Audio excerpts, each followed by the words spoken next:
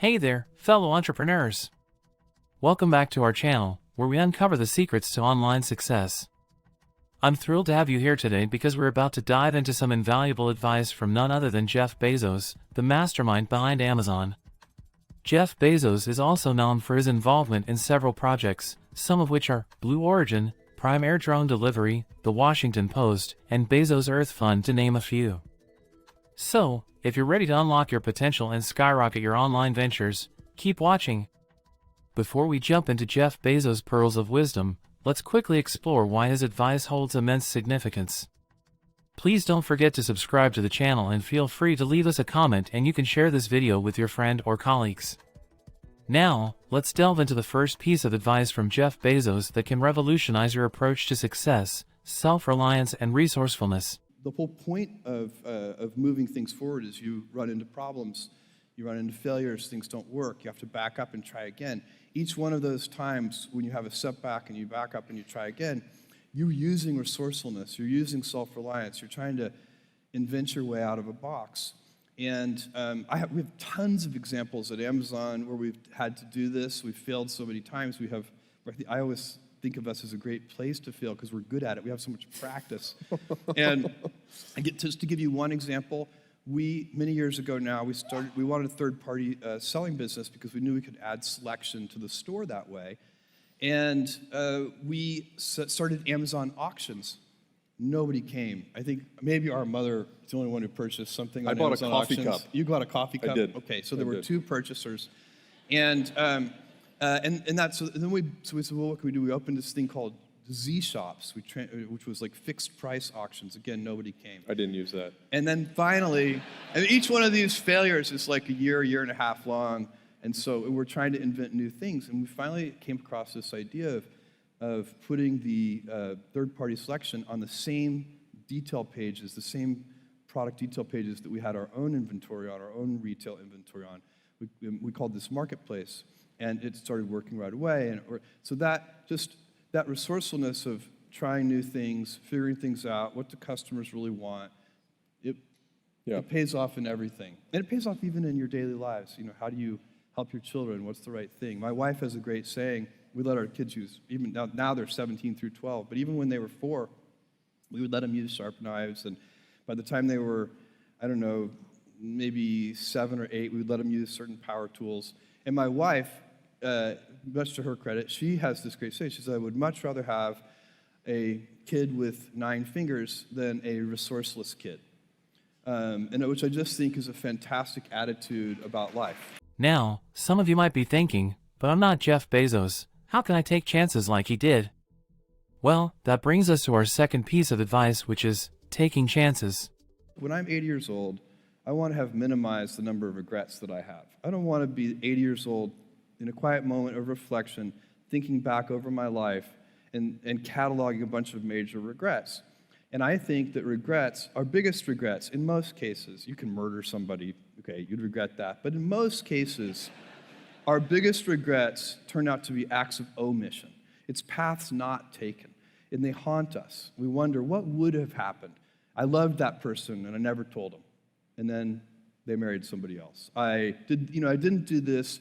And so that's the frame of mind that I put myself in. And once I did that, once I thought about it that way, it was immediately obvious to me. I knew that when I'm 80, I would never regret trying this thing that I was super excited about and it failing. If it failed, fine. I would be very proud of the fact when I'm 80 that I tried.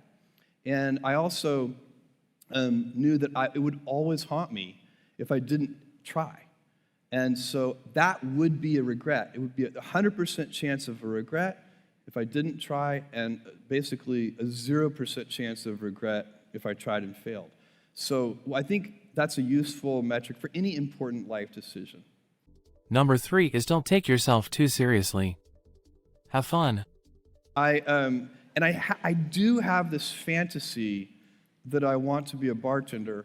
And I know that it is a fantasy, like if I were actually a bartender, they're probably like, I've glamorized the job in my mind, I know that.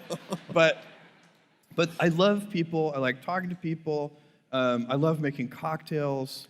You're not very fast. I'm super slow. It would have to be a have to be a very craft slow cocktail bar. bar. We'd have to charge a lot per drink, and it'd be, there'd be a big sign behind the bar that says you can have it good or you can have it fast. Which do you want? That kind of thing. But yeah, I have a kind of fantasy there. At 4, you must have a vision. Vision for Blue Origin is millions of people living and working in space, and the key thing is we have to dramatically reduce the cost of access to space. Right now, space travel is very expensive, and the reason it's expensive is not hard to understand. It's because we throw the hardware away after each use. And so we need reusable rocket vehicles, and that's what Blue Origin is working on. We're working on making sure that we don't have to throw the plane away every time after you fly to your vacation destination.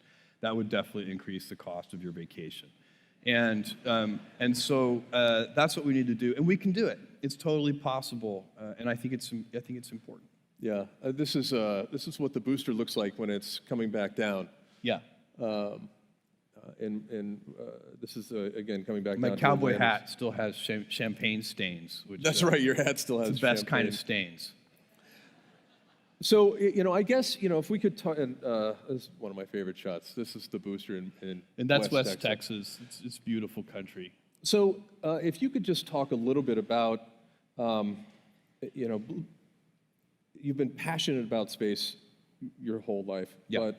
but this is not just a plaything for you. No, the God, work no. that Blue Origin is doing is not a No. nice thing. I mean, No. this is important work. My view is that it's incredibly important work that needs to be done and done as quickly as possible. And I have my own reasons why I believe that. They can be explained pretty simply. And it's not, for me, it's not the, there's a very kind of common argument that's been around for a long time, actually kind of first popularized by Arthur C. Clarke, who said all civilizations become spacefaring or extinct. And this is the kind of Plan B argument that, when Earth is destroyed somehow, we better make sure that we don't have all of our eggs in one basket. 5. Think long-term. Long-term thinking is a lever. It lets you do things that you could not do or couldn't even conceive of doing if you were thinking short-term. So if that's why, I have a project where I'm helping a group of people build a 10,000-year clock. It kind of ticks once a year and dongs once a century, and the cuckoo comes out once a millennium. It's a big 500-foot tall thing inside a mountain right here. Inside one of those mountains. This mountain range. And the 10,000-year clock is a symbol. I don't think it'll do anything for the first few hundred years, but after a few hundred years, once it's old, people start to pay attention to older symbols. And so a few hundred years from now, I hope that people will think about that as a symbol for long-term thinking. If I collaborated with somebody here in this audience and I said, look, I want you to solve world hunger, and I want you to do it in 5 years, you would properly reject the opportunity. You would say, look, it's not possible, it's not practical. But if I said, look, I want you to solve world hunger in 100 years, that's a job you'd take, because it's a much more addressable problem. You can first create the conditions. You have time to create the conditions where then you can solve the problem. And so that's a very important way of thinking, and I find, and it works with everything. I mean, you have to back up and find the right time horizon for what you're trying to do. But at Amazon, we probably do most of our things. We expect to get some results in sort of 5, 6, 7, 8 years. But we find a lot of our other companies that compete against us in various ways, they're often trying to get things done in 2 or 3 years. And so we can do things that if everything has to work in 2 to 3 years, then that limits what you can do. If you give yourself the breathing room to say, okay, I'm okay if it takes 7 years, all of a sudden you have way more opportunities. 6. Focus on one thing at a time. I don't like to multitask. It bothers me. If I'm reading my email, I want to be really reading my email. My mom tells a story about me being in Montessori school, and that they couldn't get me to switch tasks. So the Montessori school teacher would have to literally pick up my chair and just move me to the next task station. So I don't know, it's not like... It's not intentional. I don't need discipline in order to not be checking my email. For me, it's very natural. I love being present in what I'm working, and I'm happy multitasking, but I do it serially. I will spend, and honestly, if something really important is happening, somebody will find me. It's not like I have to check my text messages every 5 minutes or something like that. That's not a big deal. Right. And usually when they do find you, it's rarely to give you good news. Oh yeah, no. If somebody comes and says you need to check your text messages right now, that's got to be bad news. But that's usually, actually, honestly, it's usually a family thing. It's like a medical thing or something. It's like, but it's not. I think that it's probably just a very personal decision. I think some people are very good at multitasking, and so they can do two things at once. And I'm at a restaurant with my wife or something, and we'll see a couple both texting, but every once in a while they show each other their phones, and it seems like they're having a very nice date. So I'm not sure there's anything wrong with that. Right. It's just not how I'm wired. 7. Don't be proud of your gifts, but be proud of your choices. You can never be proud of your gifts because they're gifts. They were given to you. You might be tall, or you might be really good at math, or you might be extremely beautiful or handsome, or there are many gifts, and you can only be proud really of your choices because those are the things that you are acting on. And one of the most important choices that each of us has, and you know this just as well as I do, is you can choose a life of ease and comfort, or you can choose a life of service and adventure. And when you're 80, which one of those things do you think you're going to be more proud of? You're going to be more proud of having chosen a life of service and adventure. You see this in your firefighting work and everything else you do, Robin Hood, and so on and so on. And I feel that is, for me, adventure is a shorthand way of thinking about that. 8. Don't be trapped by your knowledge. If you want to be an inventor of any kind, inventing a new service offering for customers or a new product or anything, being an inventor requires, because the world is so complicated, you have to be a domain expert. I mean, in a way, even if you're not at the beginning, you have to learn enough so that you become a domain expert. But the danger is once you become a domain expert, you can be trapped by that knowledge. And so inventors have this paradoxical ability to have that 10,000 hours of practice and be a real domain expert and have that beginner's mind. Have that look at it freshly even though they know so much about the domain. And that's the key to inventing. You have to have both. And I think that is intentional. I think all of us have that inside of us, and we can all do it, but you have to be intentional about it. You have to say, yeah, I am going to become an expert, and I'm going to keep my beginner's mind. 9. You be a fellowship. The word fellowship conjures a vision of traveling down the road together. It has more journey in it than friendship. Friendship is great and would be great too, but fellowship captures friendship and traveling that path together. 10. Have work-life harmony. I don't even like the phrase work-life balance. I think it's misleading. I like the phrase work-life harmony because I know that if I am energized at work, happy at work, feeling like I'm adding value, part of a team, whatever energizes you, that makes me better at home. It makes me a better husband, a better father, and likewise, if I'm happy at home, it makes me a better employee, a better boss, all the things. It's not primarily about, there may be crunch periods where it's about the number of hours in the week, but that's not the real thing. Usually it's about, do you have energy? And is your work depriving you of energy, or is your work generating energy for you? And there are people, everybody in this room knows people who fall into these two camps. You're in a meeting, and the person comes in the room. Some people come into the meeting, and they add energy to the meeting. Other people come into the meeting, and the whole meeting just deflates. And those people they drain energy from the meeting. And you have to decide which of those kinds of people you're going to be. Are you going to add energy? And the same thing at home. And the same thing at home. And it's a wheel, it's a cycle, it's a flywheel, it's a circle. It's not a balance. Because a balance, that's why that metaphor is so dangerous, because it implies there's a strict trade-off. And you could be out of work, have all the time for your family in the world, but really depressed and demoralized about your work situation, and your family wouldn't want to be anywhere near you. They would wish you would take a vacation from them.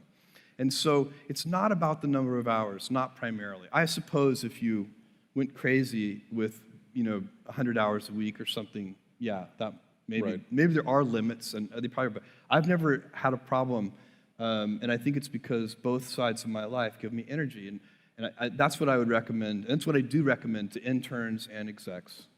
11. Pay attention to how to make things better for your customers.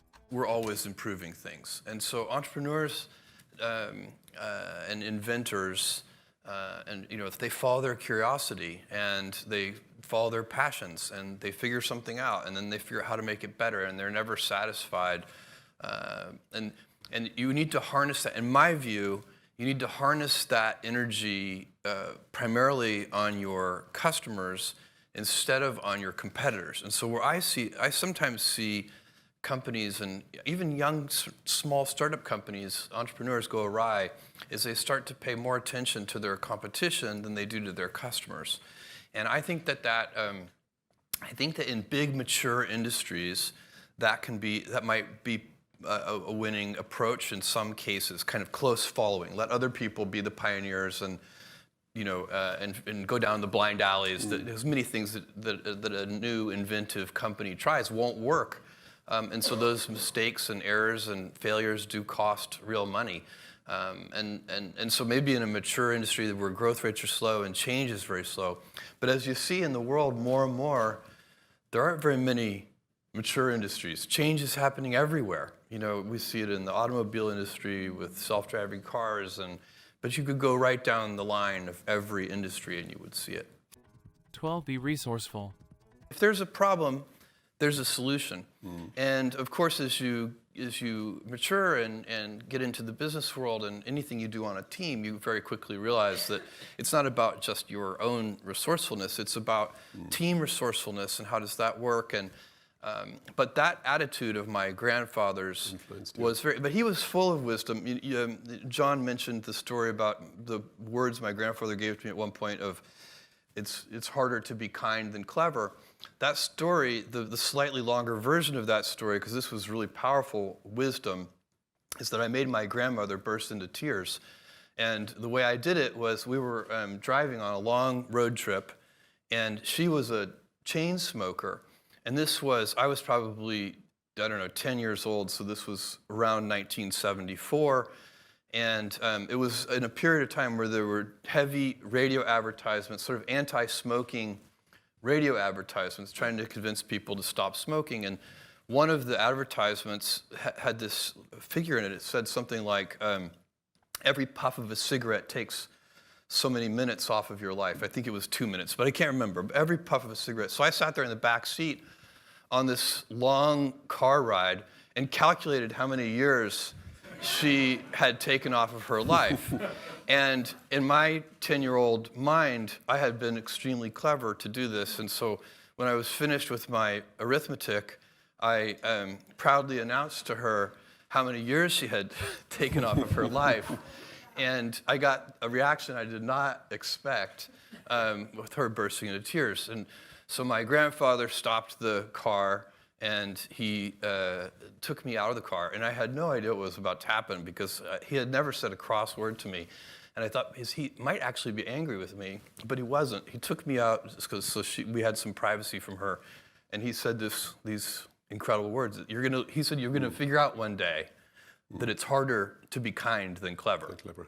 13. Focus on your customers, not the competition. We've had a lot of kind of dramatic events. I remember early on, we only had 125 employees when Barnes & Noble, the big United States bookseller, opened their online website to compete against us, barnesandnoble.com. We'd had about a 2-year window. We opened in 95. They opened in 97. And at that time, all of the headlines, and the funniest were about how we were about to be destroyed by this much larger company. We had 125 employees and $60 million a year in annual sales, 60 million with an M. And that, and Barnes & Noble at the time had 30,000 employees and about $3 billion in sales. So they were giant, we were tiny, and we had limited resources. And the headlines were very negative about Amazon. And the one that's most memorable was just Amazon.toast. And so I called an all-hands meeting, which was not hard to do with just 125 people. And we got in a room, and because it was so scary for all of us, this idea that now we finally had a big competitor, that literally everybody's parents were calling and saying, are you okay? It's usually the moms calling and asking their children, are you going to be okay? So, and I said, look, it's okay to be afraid, but don't be afraid of our competitors, because they're never going to send us any money. Be afraid of our customers. And if we just stay focused on them, and instead of obsessing over this big competitor that we just got, we'll be fine. And I really do believe that. I think that if you stay focused, then the more drama there is and everything else, no matter what the drama is, whatever the external distraction is, what your response to it should be to double down on the customer, satisfying them, not just satisfying them, delighting them. Yeah. 14. Face criticism. When you're criticized, first look in a mirror and decide, are your critics right? If they're right, change. We've had critics be right before, and we've changed. We have made mistakes, and I can go through a long list. One of the early most painful ones. It's so stupid. It's hard to believe how we ever did it.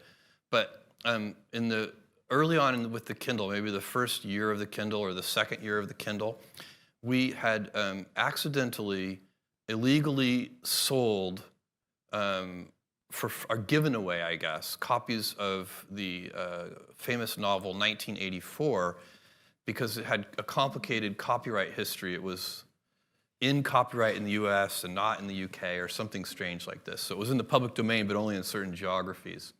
And we had screwed that up.